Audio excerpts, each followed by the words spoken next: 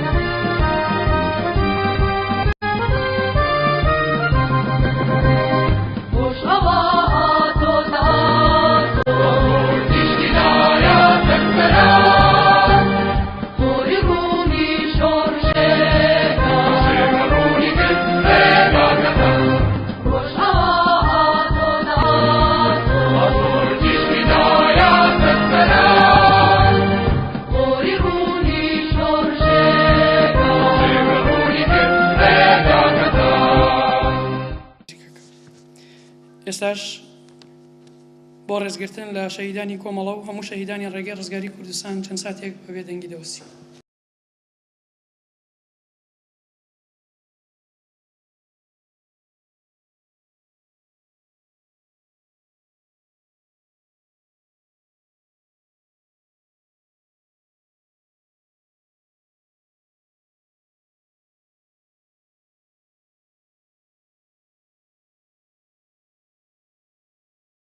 پەلکیداری شادی گشتین ئێوە هەرگیز نامرن ئاگر هەواڵان ئێوە کڵپەی ئاگرن. فەرموو.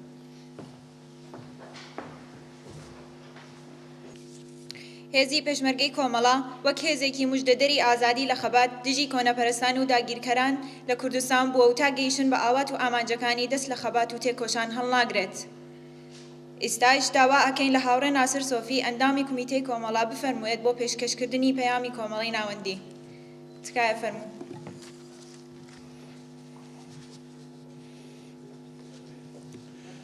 لەلایەن خۆم و هەموو هاوڕێیانی کومیتەی نۆروێژ بە خێراتنی هەمووتان دەکەم. ئێستاش پەیامی کومیتە ناوەندیتان پێشکەش دەکەم. ڕاگەیاندنی کومیتەی ناوەندی کۆمەڵە. شکۆدار بێت سیویەکی جۆزەردان ڕۆژی پێشمەرگەی کۆمەڵە.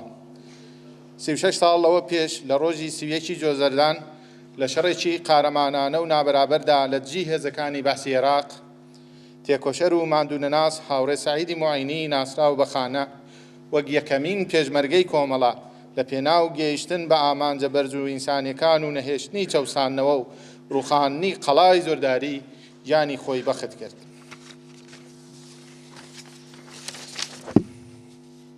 هاوڕێ سەعیدی موعینی پەروەردەی بنەماڵەیەکی تێکۆشەر و بەناوبانگی شاری مەهاباد بوو. شۆڕژێرێکی کارلێهاتووی سەردەمی خەباتی نهێنی کۆمەڵە و یەکێک لە دیارترین سیماکانی خۆراگری و پارێزەری نهێنیەکانی چالاکی و ڕێخستنەکانی کۆمەڵە لەژێر تونترین ئەشکەنجە و ئازارەکانی ساواک لە گرتوخانەکانی حکوومەتی پاشایەتی هەژمار دەکرێت. هاوڕێخانە لەسەر بڕیارێکی ڕێبەرایەتی ئەو کاتی کۆمەڵە بۆ وەرگرتنی ئەزمموی پێشمەرگایەتی بۆ ناو ڕیزەکانی یەکێتی نیشتمانی کوردستان ڕەوانە دەکرێت. بەڵام بەداخێکی زۆر گرانەوە بەر لەوەی کە بگاتە شوێنی دیاریکراو لەگەڵ کۆمەڵێک لە پێشمەرگەکانی یەکێتی نیشتمانی کوردستان دەکەوێتە کەمینی هێزەکانی حکوومەتی باسی عێراق و پاش شەڕێکی سەخت و نابرابەر لە ئەنجامدا گیانی ئازیزی بەخت دەکات. هەر لەو کاتەوە ڕێبەرایەتی کۆمەڵە سیویەکی جۆزەردانی وەک ڕۆژی پێشمەرگەی کۆمەڵە دەستنیشان کردووە و هەموو ساڵێک لەو ڕۆژەدا لە ناوچە جۆراوجۆرەکانی ڕۆژهەڵاتی کوردستان لە دەرەوەی وڵات و بارگاکانی پێشمەرگەی کۆمەڵە ڕێز لە یادی گیانبەختکردنی یەکەمین پێشمەرگەی کۆمەڵە و هەموو گیانبەختکردوانی کۆمەڵە دەژیرێت. 8 مانگ لە دوای ڕووداوی دڵتەزێنی گیانبەختکردنی کاکخانە ڕاپەڕینی گەلانی ستەملێکراوی ئێران کۆتایی بەدەسەڵاتی داپڵۆسێنەر و سەرکوتگەری پاشایەتی دەهێنێ و بەوەش بەشێکی گرنگ لە ئامانجە شۆڕژێرانەکانی ئەو خەباتکارە نەسرەوتووە دێتە دی و لە ئەنجامی ئەو گۆڕانکاریەدا هەلومەرجێکی نوێی سیاسی دروست دەبێت و لە دوای 9 ساڵ خۆتیارکردن و چالاکی نەهێنی تێکۆشانی ئاشکرای کۆمەڵە دەست پێ دەکات. ئەو ڕێکخراوە نهێنیە کە بە لەخۆبردوویی و ماندوویەتی دەیان کادری هاوشێوەی کاخانە سەرکەوتوانە سەردەمی خەباتی نهێنی تێپەڕان بوو زۆر زوو گەشەی سیاسی خۆی لە ناو کۆمەلگای کوردستان دەست پێ کرد و ئاسۆیەکی جیاواز بۆ بەڕێوەبردن و داڕشتنی تاکتیک و پلانی نوێ بۆ خەباتی جەماوەری و مەدەنی بەشداری پێکردنی بەرفراوانی ژنان لە ڕیزەکانی خۆی و هەوڵدان بۆ پاراستنی ماف و ئازادی سیاسی و کۆمەڵایەتیەکان کردووە.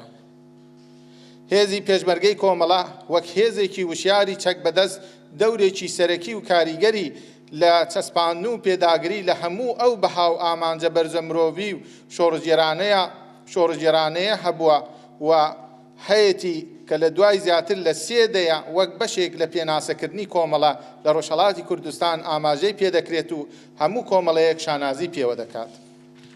بە درێژایی هەموو ئەو ساڵانە هێزی پێشمەرگەی کۆمەڵە بەو پەڕی لە خۆبردووی و ئازایەتی ڕوبەڕووی حکوومەتی سەرکوتگەر و خوێنڕژی وەک کۆماری ئیسلامی ئێران بۆتەوە و بەردەوامیش ئەو هێزە وەک ڕەمزی خۆراگری و فەداکاری لە مەیدانەکانی شەڕ بە ورەیەکی بەرز و قایم پارێزگاری لە ئامانجەکانی بزوتنەوەی شۆڕژێرانە و ڕزگاری خوازی خەڵکی کوردستان کردووە.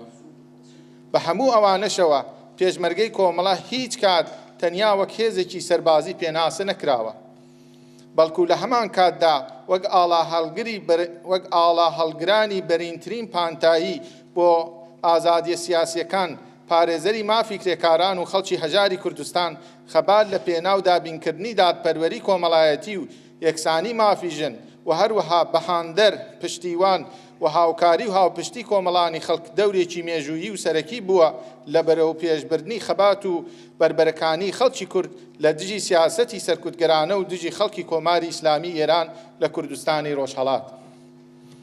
بۆیە هەر کەس بێوێ مێژووی بزوتنەوەی ڕزگاری خوازی گەلی کورد لە کوردستانی ڕۆژهەڵات لە 3 دەی ڕابردوودا بنووسێ ناتوانێت دەور و نەخشی هێزی کاریگەر و بە ئەزمموی وەک هێزی پێشمەرگەی کۆمەڵە لە بەرچاو نەگرێت.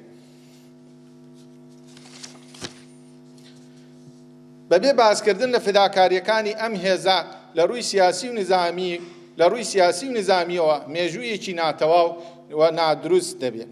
بەڵام هەمووان دەزانن ئەرکی پێشمەرگەی کۆمەڵە کۆتایی نەهاتووە تا نەیارانی بزوتنەوەی کوردستان بە سەرکوت و زەبر و زەنگ وڵامی داخوازی سیاسی و نەتەوەیەکان بدەنەوە پێویستە هێزی پێشمەرگە بە خۆتیارکردن و پاراستنی ئامادەیی سەربازی و فکری خۆی بۆ قۆناغێکی کۆتایی سەرکەوتنی گەلی کورد لەو بەشەی کوردستان ئامادە بکە و بێگومان دواتریش ئەرکی پاراستنی دەستکەوتەکانی دەکەوێتە ئەستۆ. لە ڕۆژی پێشمەرگەی کۆمەڵەدا ڕێز لە یادی هەموو گیانبەختکراوانی ڕیزەکانی کۆمەڵە دەگرین کە بە گیانبازی فداکاری بێوێنەی خۆیان مەشغەڵی خۆراگری و ملکەز نەبوون بە کۆنەپەرستی کۆماری ئیسلامیان هەروەها بە گوڕوتین ڕاگرتووە. هەروەها ڕێز دەگرین لە پێشمەرگەی کەمەندامەکانی کۆمەڵە کە بەشێک لە جەستەی خۆیان پێشکەشی ئامانجە بەرزەکانی کۆمەڵە کردووە. ڕێز دەگرین لە بنەماڵەی سەربەزی گیانبەخت کردوان و گیانفدایی و خەباتی سەرجەم پێشمەرگەی دێرەنەکانی کۆمەڵە و نەوەی نوێ کە لەم کات و ساتەدا چەکی پڕ لە شانازی کۆمەڵەیان لەشان کردووە. لە کۆتاییدا بە بۆنەی ڕۆژی پێشمەرگەی کۆمەڵە جارێکی دیکە لەگەڵ هەموو خەباتکارانی ڕێگای ئازادی و دابینکردنی مافی نەتەوایەتی خەڵکی کوردستان و دادپەروەری و عەداڵەتی کۆمەڵایەتی پەیمانی خەبات بۆ سەرکەوتن و تا سەرکەوتن تازە دەکەینەوە. بەرز و بەڕێز بێت یادی هاوڕێ سەعیدی معینی خانێ و هەموو گیانبەختوانەی کۆمەڵە پیرۆز بێ ڕۆژی پێشمەرگەی کۆمەڵە کمیتە ناوەندی کۆمەڵەی شۆڕژێری زەحمەتکێشانی کوردستانی ئێران 30 جۆزەردانی 2014.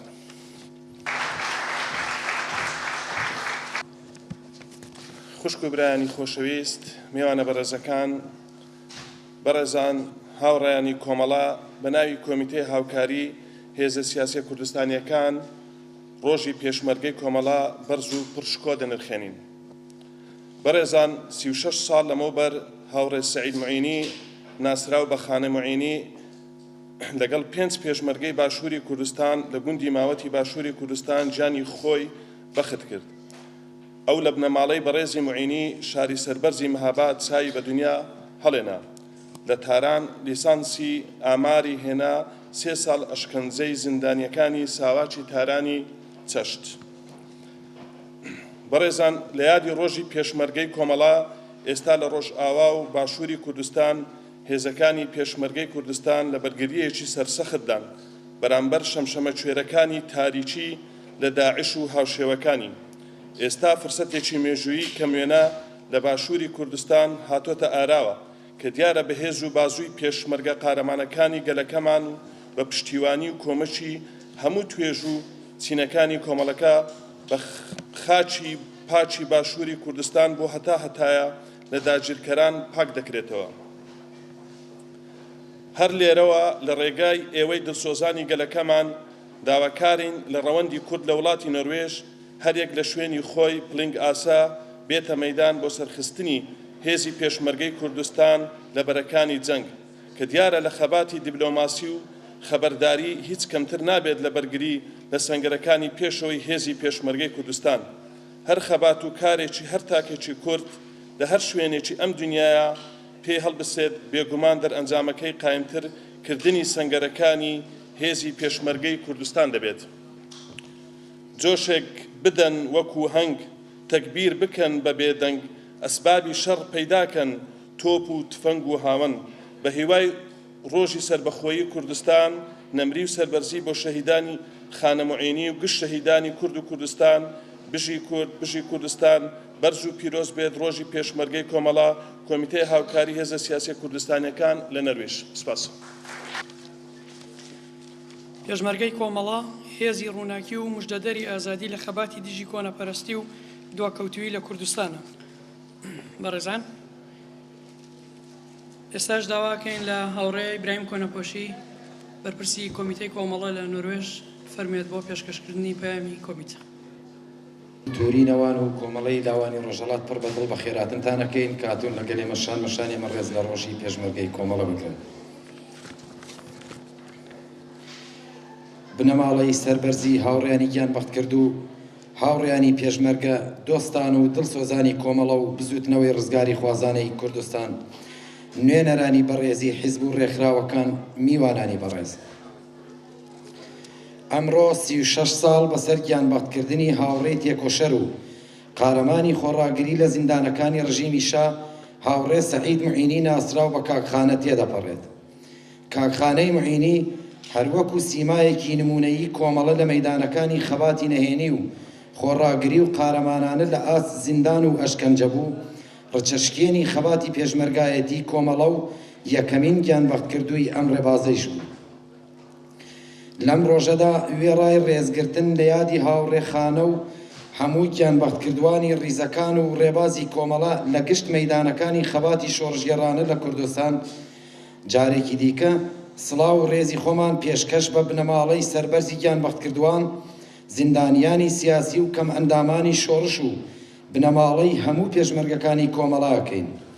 هەروەها سڵاوی گەرمی خۆمان ئەنێرین بۆ هەموو پێشمەرگەکانی کۆمەڵە کە ئێستاش کوردستان و بزوتنەوەکەی لێوان لێوە لە بیرەوەری خەباتی پڕ لە شانازی ئەوان بۆ هەموو تێکۆشەرانی گشت بوارەکانی خەبات بۆ زیندانیانی سیاسی کە بە خزمەتی بێ درێغ و بە فداکاری ئەوان و خۆڕاگری جەماوەری هاتە ئاراوە. سڵاوی گەرمی خۆمان پێشکەشەکەین بە هەموو هاوڕێیانی خەباتکار لە هەموو مەیدانەکانی خەبات و چالاکی سیاسی ڕێخستن پێشمەرگایەتی و ڕۆشنبیری کە جێگەی هیوا و هومێدی سبەی ڕۆژی کوردستانن. ئێرانی ئەمڕۆ سەرەڕای ئەوەی لەژێر دیکتاتۆری ڕەش و چەکمەی سوپای پاسدارانەوە بەسەردەبات، سەرەڕای ئەوەی کە پشتی کۆمەڵانی کرێکار و زەحمەتکێش و کەمداهاتی کۆمەلگا لەژێر باری قورسی گرانی سەرسوڕهێنەر و بێکاری و قەیرانی ئابووریدا چەماوەتەوە، بەڵام لە هەمان کاتیشدا لە وەستانەوە و بەرەنگاری و بەگشتدا چوونەوە نەکەوتووە و بە تایبەت لە ماوەی ڕابردوودا دەنگی بزوتنەوە کۆمەڵایەتیەکان بەرزتر بوونەتەوە. بزوتنەوە کرێکاریەکان، بزوتنەوەی خوێندکاران، ژنان، نەتەوە بندەستەکان و بزوتنەوەی ڕۆشنبیری زۆرتر و خۆڕاگرانەتر و شێرگیرانەتر لە جاران هاتوونەتە مەیدان. ناکۆکیەکانی ناوخۆی دەسەڵات قیناویتر و دوژمنکارانەتر هاتوونەتە ئاراوە. گوشارە ناوخۆیەکانیش خستوونیەتە دۆخێکەوە کە ناتوانن بە هیچ شێوازێک لە چنگی ڕزگار بن. ئێمە سوورین لەسەر ئەو بڕوایەی کە خەڵکی کورد و خەڵکانی ئێران ڕووی ئازادی و دیموکراسی و دادپەروەری کۆمەڵایەتی بە خۆیانەوە نابینن مەگەر ئەوەی بارگە و بنەی ئەم نیزامە بۆگەنە لە هەڵدێری نەمانەوە بەرەو زبڵدانی مێژوو هەڵبدێردرێت. ڕووخان و نەمانی کۆماری ئیسلامی ئەتوانێت کەشێک ساز بکات کە دوا ڕۆژی وڵاتەکەمان ببێتە وڵاتێکی ئازاد، دموکرات و سێکۆلار لەسەر بنەمای دادپەروەری کۆمەڵایەتی. ئێران لەم کاتەدا لە بەردەم وها قەیرانێکدایە کە چۆکی سەرانی ڕژیمی هێناوەتە لەرزین. باژوایە هەموو ئۆپۆزیسیۆنی کورد لەم کاتەدا هەڵبقۆزنەوە و بە یەک گوتاری هاوبەشەوە بچینە خانەی ڕاگەیاندن و کردارەوە. هەموو دیاردەکان وانیشانەدەن کە کۆمەلگای ئێران و ڕژیمی کۆماری ئیسلامی بەرەو قەیرانێکی قوڵ و بەرەو گۆڕانێکی گرین هەنگاو هەڵەنێتەوە. ئەم بارودۆخە وشیاری و یەکگرتووی هەرچی زیاتر لە خەڵکی کوردستان و لە ڕیزەکانی کۆمەڵەیش دەخوازێت. کۆمەڵە ئێستا ئامادەتر، گەرم و گوڕتر، پتەوتر و بەرچاوڕوونتر لە هەمیشە لە هەموو مەیدانەکانی خەبات سەرگەرمی تێکۆشانە. کۆمەڵە بە سەرکردایەتیەکەیەوە، بە هەموو کادر و پێشمەرگەکانیەوە، بە هەموو هەڵسوڕاوانی نهێنی و ڕێخستنیەوە، بە چالاکانی هەموو بوارەکانیەوە بەڕوونی هەست بە مەسئولیەتی مێژووی خۆی ئەکا و ئامادەی بەڕێوەبردنیەتی. هیچ سەختی و تەنگەژەیەک سسی ناکا و کۆڵی پێنادا. هیچ چاواشەکاریەک ڕێگای پێون ناکات. هیچ هەڕەشە و تۆقاندنێکیش نایترسێنێت. کۆمەڵە وەک هەمیشە ئاڵا هەڵگری خەباتی ڕزگاری خوازانەی نەتەوەیی گەلی کورد، ئاڵا هەڵگری نێخوازی و پێشکەوتن خوازی، ئاڵا هەڵگری ئازادی و دیموکراسی خوازی و دادپەروەری کۆمەڵایەتی، پاڵپشت و ڕێکخەری خەباتی کرێکاران و زەحمەتکێشانی کوردستان لە پێناو مافەکانی ئێستا و دوا ڕۆژیاندا دۆست و دڵسۆزی کۆمەڵانی خەڵک و خەباتکاری لێبڕا و بێڕاڕایی لە ئاست دوژمندایە و هەرواش دەمێنێتەوە. هێزی پێشمەرگەی کۆمەڵە هەمیشە هەڵگری بیری نوێ و پێشکەوتن خواز، پارێزەری دیموکراسی و مافەکانی کۆمەڵانی خەڵک و ئاڵا هەڵگری خەباتی ڕزگاری بەخشی کوردستان بووە. مێژووی زیاتر لە 3 دەیەی بزوتنەوەی ڕابردوو دەرخەری ئەم ڕاستیەن. ئەم هێزە ڕیشەی لەناو جەماوەری خەڵکدایە و هیچ دابڕانێکی کاتی ناتوانێ پەیوەندی قوڵی نێوان ئەم هێزی پێشمەرگەی کۆمەڵە و جەماوەری ستەمدیتووی کوردستان کاڵ و کەمڕەنگ بکاتەوە. هێزی پێشمەرگەی کۆمەڵە تەنیا هێزێکی چەکداری شەڕکەر نەبووە، بەڵکو لە هەمان کاتدا ڕێنیشاندەر و ڕێکخەر و وشیاری بەخش بووە. هێزی پێشمەرگەی کۆمەڵە لە ئاڵوگۆڕەکانی داهاتووی کۆمەلگای کوردستاندا بێگومان دەتوانێ و دەبێت دەوری کارا و کاریگەر بگێڕێ و خەڵکی کوردستانیش هەر ئەو چاوەڕوانیانەیان لە هێزی پێشمەرگەی کۆمەڵە هەیە. هەر بۆیەش خۆ ئامادەکردن و خۆتیارکردن بۆ بەجێگەیاندنی ئەرکە مێژوویەکانی خۆی لە ئاست بزوتنەوەی ڕزگاری خوازانەی گەلی کورد یەکێک لە ئەولەویەتەکانی هێزی پێشمەرگەی کۆمەڵەیە. کۆمەڵانی خەڵکی کوردستان تێکۆشەرانی سیاسی، هەڵسوڕاوانی کرێکاری، هەڵسوڕاوانی بزوتنەوەی خوێندکاران، ژنان و پیاوانی یەکسانی خواز، لاوانی شۆڕژگێر، خوازیارانی ئازادی و مافی مرۆڤ. با پێکەوە یەکگرتوانەتر خەباتی خۆمان پەرە پێ بدەین، با هەمومان بەورەیەکی بەرزترەوە بینە مەیدان و خۆمان زیاتر تیارکەین، با باشتر و بەنرخترین سنەتەکانی خەباتی پێشمەرگەی کۆمەڵە بکەین بە ڕێوێنینکەری خەباتی پرجۆش و خرۆشی داهاتوومان. ئێمە ئەمڕۆ لە کاتێکدا ڕێز لە ڕۆژی پێشمەرگەی کۆمەڵاگرین کە ناوچەکە بەگشتی و عێراق بە تایبەتی کەوتونەتە دۆخێکی تایبەتەوە. هێرشی ترۆریستانی داعش و ئاڵۆزیەکان لە عێراق بەردەوامە و ئەمە ئەگەری مەترسی بۆ سەر هەرێمی کوردستان و ئەو دەستکەوتانەی وا گەلی کورد بە خوێن و تێکۆشان لەو هەرێمە بەدەستی هێناوە زیاترەکات.